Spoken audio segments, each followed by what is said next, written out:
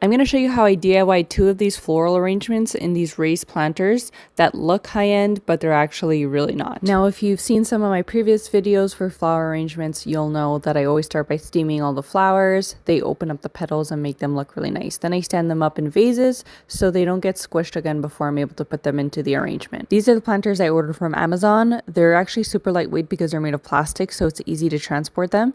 And these blocks from Michaels, they're a half bulb foam block. They fit perfectly in the center of these planters. So take a screenshot of those items because they work perfectly together. Then I just use some hot glue to secure the foam into the planter. As always, you're going to start with the biggest pieces first, so the ones that either stick out the furthest or take up the most visual space, and then you work your way toward the smaller ones. Once I'm done with all the biggest pieces, I move on to the trailing pieces because I really like that falling out of the vase look, and I just want to make sure that they're evenly dispersed around. Make sure you're using hot glue on the end of every piece before you stick it in so that it actually stays in there and doesn't get loose or fall out. A good trick is to stand back every once in a while to take a look at it from afar so you can actually see if it's missing some bigger pieces or fullness, or just if it's the overall vibe you're going for. At this point, I've got all the white flowers that I want in there. I'm just going in and adding greenery wherever there's little gaps and spaces in between the flowers.